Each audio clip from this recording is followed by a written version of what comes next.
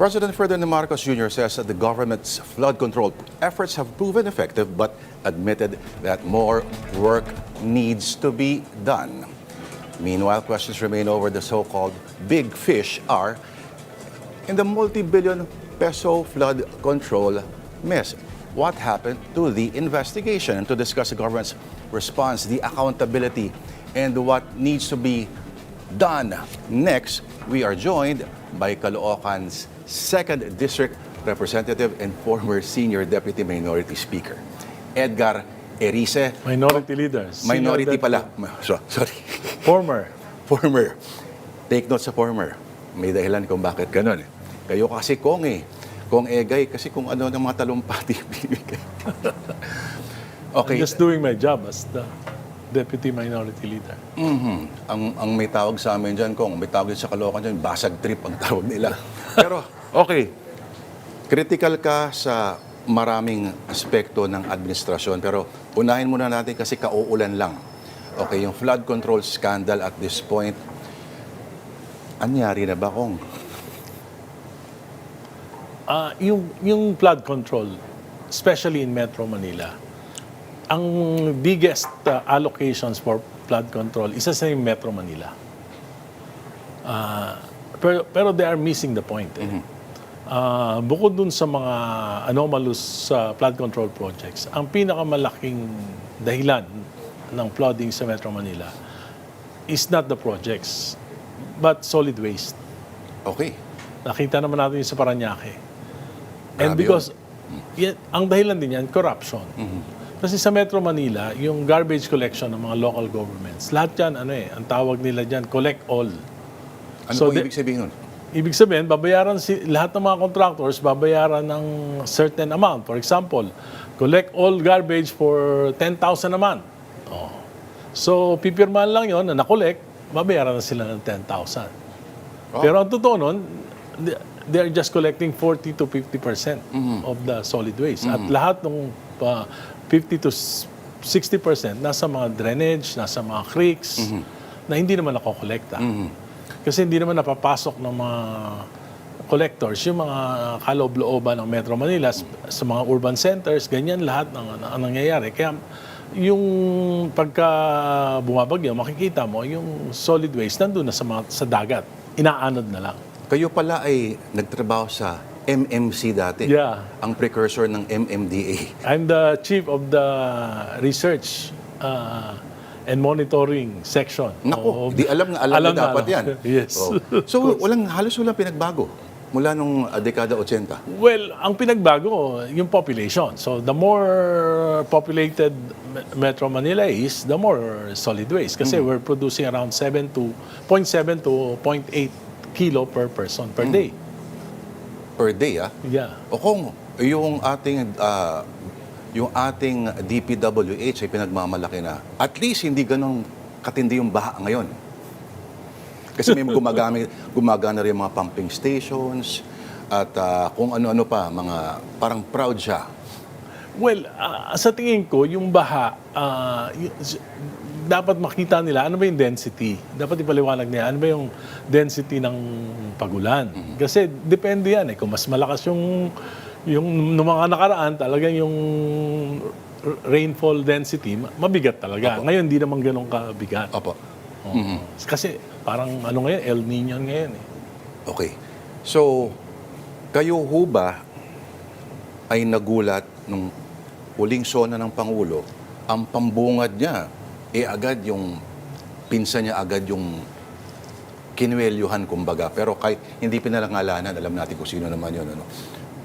Kayo ho ba ay inasahan nyo na yon o medyo, kakaiba to Hindi naman totoo yan. Optics lang.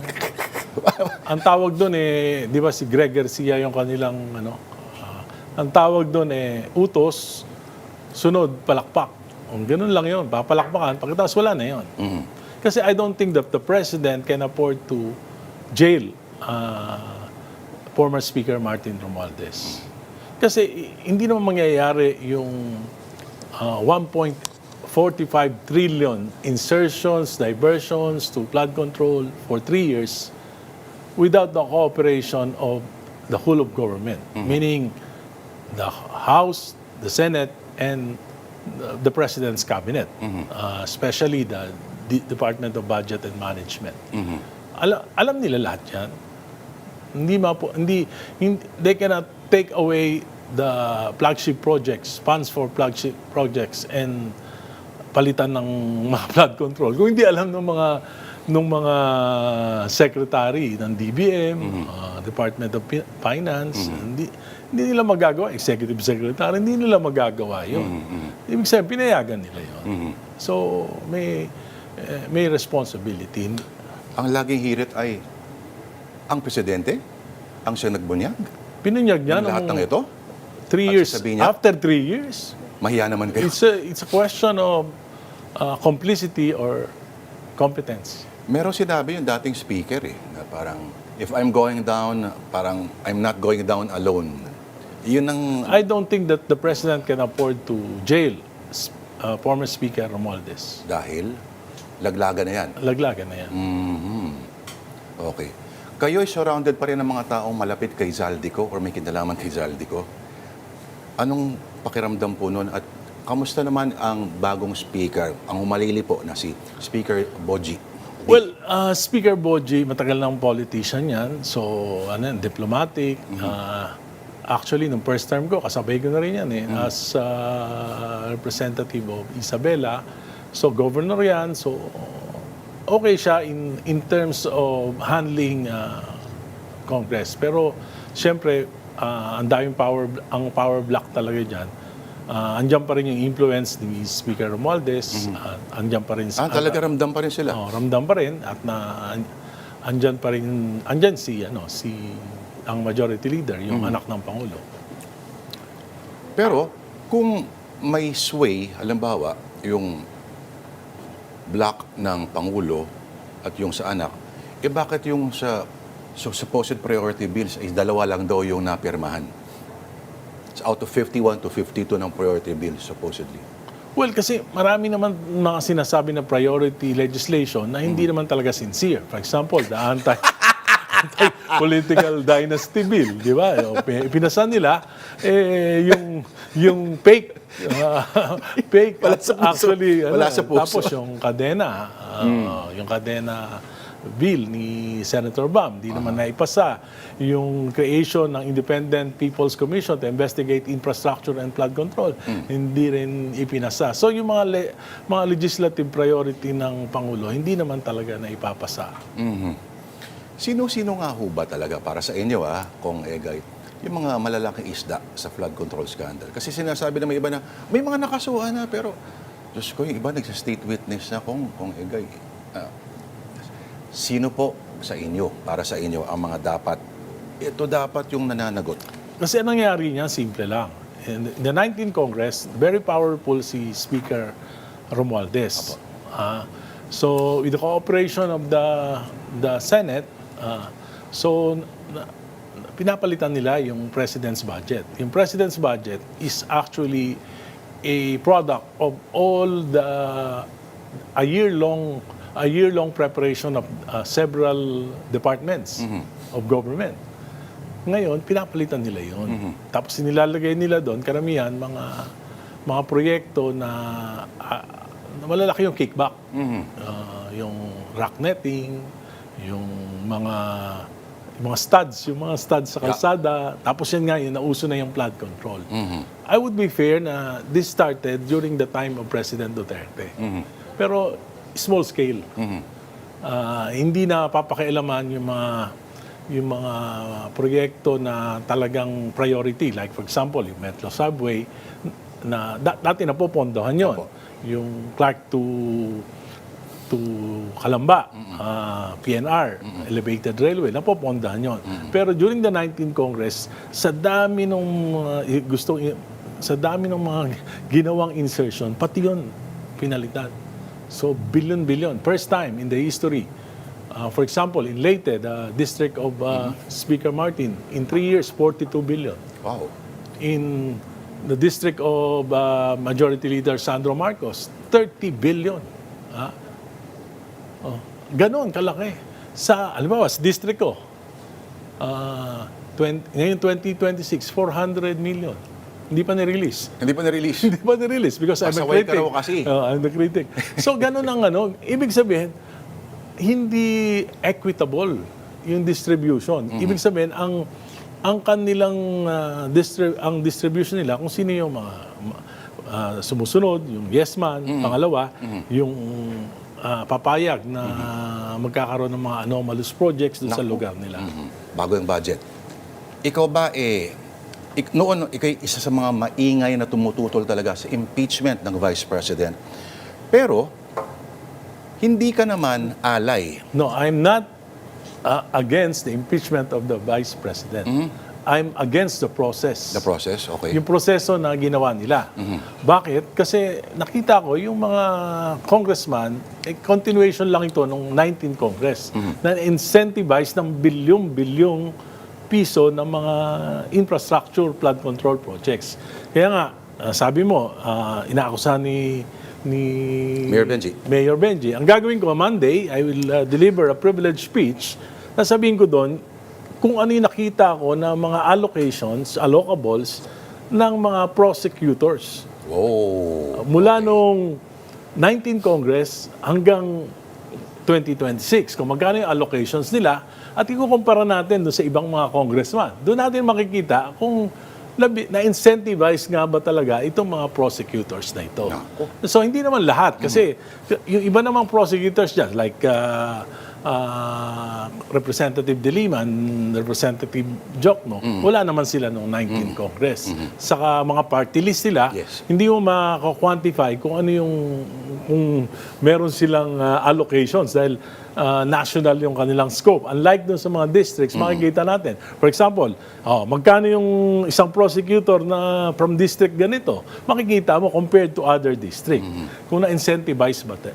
Pangalawa, kaya naman ako hindi nag-abstain during the voting. I'm not against. Actually, I abstain. Bakit? Hindi nila pinayagan, first time in the history of Congress, na isang miyembro ng Kongreso hindi pwede magtanong sa mga witnesses. Dati ako member, tinanggal nila ako. Tapos nung natanggal na ako, hindi na ako pwede magtanong. Uy, may isang pwedeng inahayaan nila magtanong kahit hindi member. Sino? Yung anak nung nakadetain ngayon, Si... Marcoleta.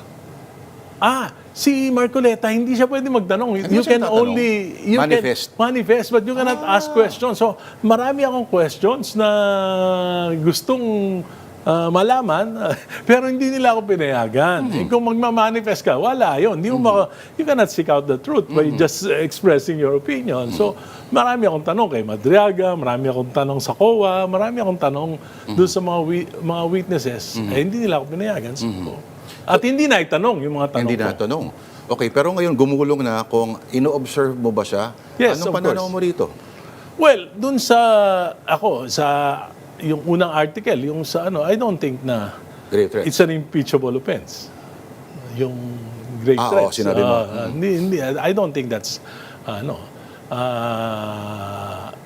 yung saka nakita ko out of anger ni BP Sara.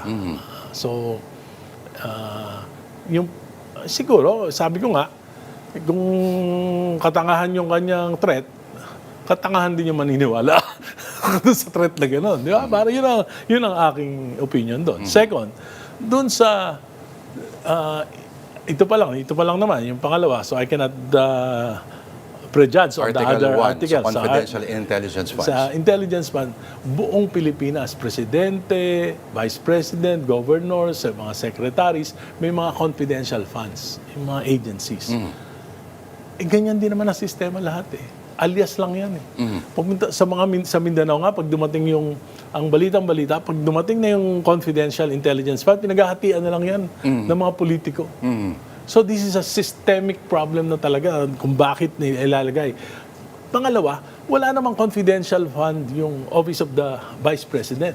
Walang line item yan sa 2022 budget. Ang ginawa, nag-request si BP Sara, binigyan ni Presidente ng confidential fund na hindi naman dapat po pwede dahil wala namang confidential funds item dun sa BP budget. But when the friendship turns sour, Yun na yun. So, saka, alam mo, lalo na nung 2025, for example, si Secretary Boying Rimulya ng Department of Justice, Ayan. meron siyang 350 million na confidential funds. Nag-request siya kay Saldico ng additional. Kay Saldico talaga. Kay Saldico, may request siya eh. 1 billion 150 million additional. So, for 2025, meron siyang 1.5 billion for the first time in history na ang Secretary of Justice may 1.5 billion na confidential intelligence fund. So, hindi lang pala ang, kumbaga, in-appoint ng presidente, in your words, para protektahan ng presidente. Si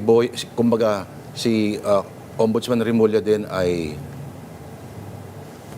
May stake confidential dito. funds. So, naniniwala ako na pag binuksan mo lahat ng mga confidential funds, baka meron ding Mary Grace Piatos, meron ding mga McDonald's, baka meron ding Jollibee. Kasi nga, ang concept, kaya madaling nakawin yung confidential funds, ang concept doon, pwede kang maglagay ng aliases. Kasi on the claim na pinoprotektahan mo yung identity ng asset mo. Pero, okay, Kong Egay, for the record, ikaw ay hindi DDS. Sabi ko nga, nung kinausap ako ni Secretary Vince Dizon, sabi ng Malacanang, ang pakiramdam nila, Sara ko. Sabi ko, paano ako magiging Sara? Di ba kayo mga Sara? Nag-away-away lang kayo? During the time of President Duterte, I was the first one who spoke against the war on drugs. And advocacy ko is anti-political dynasty. I'm against the political dynasty of the Marcoses. I'm against the political dynasty of the Dutertes. Sabi niya, nakakalakas yung mga sinasabi ko raw na criticism sa Marcos administration. Nakakalakas daw kay Sara. Sabi ko, mali yun. Hindi ako nakakalakas. Kayo nakakalakas dahil mali yung mga ginagawa nyo. O kung pakikinggan nyo yung mga criticisms ko, yung ibang mga private corporation, nagbabayad pa ng critic para malaman nila yung mali. You can take advantage of what I'm saying. Sabi ko, kung pakikinggan nyo ko, sabi niya, hindi, ba't di mo na lang kami tulungan? Sabi ni Secretary Vince Dizon, sabi ko, anong gusto niyong tulong? Yung nakikita ko mali, sasabihin ko, tama. O bakit hindi na lang, kung may nakikita, may sinabi ako, di pag-aralan nyo, baka naman maitama nyo kung ano yung mga mali. Bilang miyembro ng opposition din, Yes. bahagi yun ng iyong... That's a part of the minority. I've been a minority for so long. I fought in EDSA 1, kasama na ako. 20 years old ako, lumalaban na ako sa martial law. O nung panahon, lumaban ako sa EDSA 2, lumaban ako sa Estrada. Nung nag-vote out yung Liberal Party kay Presidente GMA, so kasama din ako. So, yun yung yun yung aking prinsipyo eh. So, hindi ko po pwedeng dahil lang diyan sa pondo, dahil lang isasakripisyo ko yung aking mga Ang prinsipyo. tagal yun ng LP, ano, Kong? Yes. Tama ba? Yes. 80, ilang years ba? 18 years? Mga ganun? 1988 when I first ran as 98. councilor under the Liberal Party. Nag-aksyon demokratiko pa kayo, pero... Last election. Last election. Why? Because nung sabi sa amin ni Vice President Lenny, she will not be running for president. So sabi ko, I'm running for mayor. Pag September 15, wala pang desisyon, I will go to Mayor Isko. Kasi kaibigan ko rin naman si Mayor Isko. So, sabi, hindi tatakbo. Ang objective lang ni Vice President Lenny is to unite the opposition against the Marcoses. So, punta na ako kay Mayor Isko. Pero September 27, nagbago yung isip niya, hindi naman ako maka-trust kay Pero Mayor ito Isko. bang aksyon demokratiko na to, is nagtinitrace pa rin ninyo yung inyong philosophy kay Raul Roco? Well, ang LP at ang Aksyon Demokratiko, dati isa lang headquarters niyan sa Balay. Yes. Kasi talaga sister party yan. Okay. Sa Balay, sa Cubao. Pero yung ibang mga kasamahan ninyo sa LP are aligning themselves with the majority. Kayo lang yata yung They are with the minority also. with the minority. Oh, pero pero politically, ang problema nga, ako talagang nakakonsentrate ako on the administration. Why? Kasi siya ang presidente sa mga policies eh. Ang dami, ang akin naman policies, hindi naman personal eh. Ang karamihan ng mga kasama ko sa LP, kasama sa majority kasi hati kami. 3 members are with the majority, 4 members are with the minority. Yun naman kasama ko sa minority, ilan sa kanila concentrated on against the Dutertes. Pero ang sabi ko nga, mas importante makapagbigay ng check and balance sa administration because declining talaga yung ating economy. Sino ba dapat mong i-check dito? Yung si VP Sara na wala namang pakialam, dapat nga irrelevant na. Irrelevant na siya kung hindi lang talaga pinagtutuunan ng pansin na administration. Kung kay upper middle income Hindi naman totoo yun.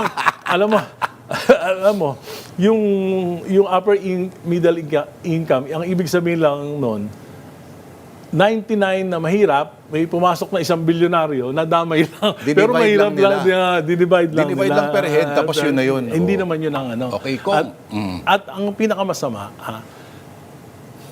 third quarter 2025, 3.9% yung GDP natin.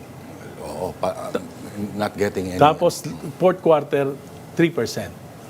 First quarter 2026, 2.8. Ngayon, 2.3%. Wow. Ang inflation natin, more than 6%. Yet, Kong, ang budget, ang pinopropose sa budget for next year na 7.2 trillion is 6% higher than the national budget for this year. Alam mo, ang kinikita natin, 49% pinambabayad natin sa utang. 49, ha? 49, yung income natin, 49%. Ang debt to GDP ratio natin, 65.3. Ibig sabihin, yung ano natin, yung pag-angat natin, 3-4%. Ang utang natin, paglago, 10% a year. Kaya tayo mong utang para mabayaran. bumilis yung Supposedly. yung economy. Yung gross ang nangyari, mas mabilis yung utang. So mababaon yung kinabukasan ng mga Pilipino. Meron din naman daw nakalaan para dyan, napaka-generic yung tema ng NEP ngayon, people-centric para daw inclusive at maging resilient. Na people-centric, people-centered. As if naman sa robot, magagastosin yung mga pondo. Pero kung mas bababa ng ilang bilyon yung pondo ngayon para sa edukasyon. Pero, of course, pagdating sa BICAM, karaming milagro ang mangyayari dito. Maraming changes. Pero ayoko nang husgahan yung 2027. Hindi ko pa naman napapag-aralan. Actually, wala pa akong kopya. Pero yung mga nakaraang budget, ayuda. Yan yung pinaka number one na yung mga government spending natin, wala sa infrastructure. Hanggang ngayon, wala pa napapagawa ni isang building, ng school building. Ang pinaka-effective nilang programa sa paglalabas ng pera, puro ayuda. Kaya yung mga tao natututo na puro ayuda na lang. Nakanganga, nag-aantay ng ayuda. Maraming Pinoy na tingin nila yun ang trabaho ng gobyerno. Yan. Magbigay. Kaya nga, ang nangyayari, yung work ethics ng mga Pilipino ay talaga nababago. Kung merong at least 150 billion daw na nakalaan para sa flood control. This time pa rin. 107 billion pala. I'm sure this time siguro may karapatan ang Pilipino na tingnan ng maigi yan. At sa tingin mo, this time ba magagamit na sa maayos? Actually, kung gagamitin para sa talagang flood control, maliit yun. Oo nga. Maliit yun. Sa laki ng problema natin, sa floodings, maliit yun. Tsaka bakit tayo gagastos pa ulit sa dapat nagbigay na tayo dati at hindi pa rin natin napapanugot yung mga dating dapat managot? Kasi hindi naman talaga flood control projects yung ginawa noon. Ang ginawa noon, ghost project. Ghost projects. Pangalawa, yung mga substandard projects. Sino ba yung nag-identify ng mga flood control? Mga representatives. Hindi ibig sabihin, hindi nakabatay sa isang plano, master plan para sa pag-aayos ng floodings. So, yun, kanya-kanyang diskarte ng mga representatives. So kung yung inyong kontrasona supposedly has 3 parts, Yes. yung una, nirefute ninyo yung mga pinagmamalaki, yung pangalawang part is about what? It's about the flood control. Flood control. Ipapaliwanag ko Exclusively. kung ano nangyari. Kasi ayaw talagang yung mga investigasyon, puro bitin eh. Puro mga, for example, sabi ni Senator Lacson, nakatanggap si mga Bersamin ng 8 billion, pero hindi na inimbestigahan. Sabi ng Supreme Court, yung pinalabas na mga unprogrammed appropriations, pirmado lahat ni Secretary Pangandaman yung nadala sa mga flood control projects. Hindi rin inimbestigahan, in-appoint pa. So, bakit ganon? Bakit ganon? At ang sa mangyayari ho ba yun sa Monday? Kamo? Yes, Monday. Sa Monday. At papangalanan ninyo yung posible sa mga... kung sino Hindi, sa- I will just name the districts with the biggest allocations. Tapos bahala na sila, prosecutor ba yan o hindi? Alam mo, dapat mapunta yan ila Attorney Ligutan at Attorney Lorna Kapunan, the ones who do the heavy lifting. Maraming salamat sa oras mo. Caloocan 2nd District Representative Egay Erice. Alright, thank you, Kong. Bitin Salamat. pala yun, ano? Bitin. Marami pa pwedeng pag-usapan. Marami.